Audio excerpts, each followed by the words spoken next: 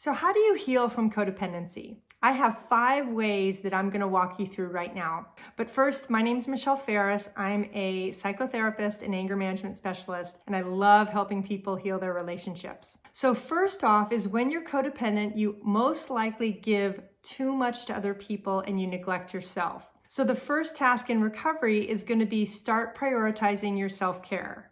And this can be as simple as asking yourself in the morning, what do I need to do to have a better day? Do I need to take a walk? Do I need to eat healthy? Do I need to reach out and connect with somebody? What do you need in order for you to start making this a habit? It doesn't have to take a long time either. It can just literally be maybe 5 or 10 minutes of meditation in the morning so that you start off centered.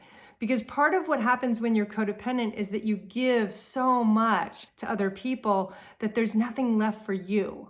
But what's going to happen is if you start to prioritize self-care bits throughout the day, what's going to happen is you're going to actually end up being able to give more to your family and friends because you're not running on empty.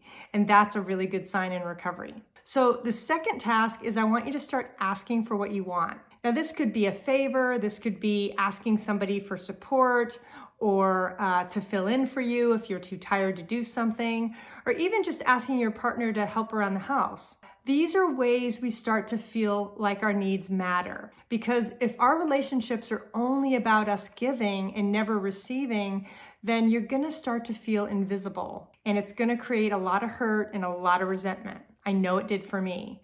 And for me, when I started asking for what I needed and wanted with the people safest first, I started to feel more confident, like, hey, you know what? My needs really matter, because your needs do matter, but you have to put them out. So don't start with the people who are the most challenging.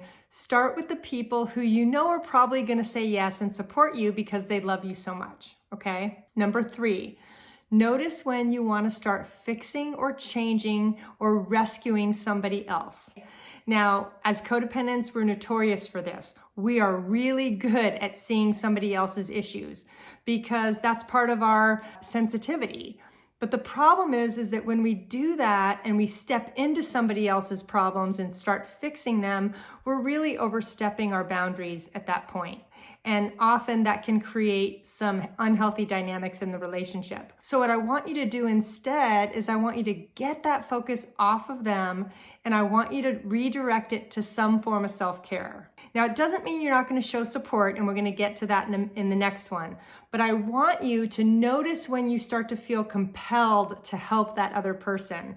Because often that's our own anxiety, because it's really hard for us to see other people hurting because we have such big hearts. And that's part of the reason why codependency is hard to break, because there are some good aspects of it. And having a generous heart is one of those things that we don't want you to have to change. We just want you to have to do it in a moderate way so it doesn't hurt you. All right, so the 4th thing is I want you to stop giving advice. This is hard. Because as a codependent, sometimes we really feel compelled to tell people what we think they should do because we think we have all the answers. And oftentimes we don't. I mean, I'm a therapist and my friends don't often ask me for advice. And I know why that is, because most of us want to be heard more than we want to be given advice. So I want you to find ways that you can show support to family and friends without telling them what to do.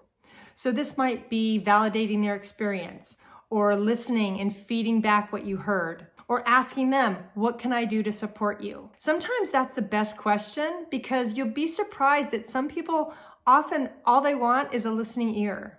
You really don't have to do much to be supportive.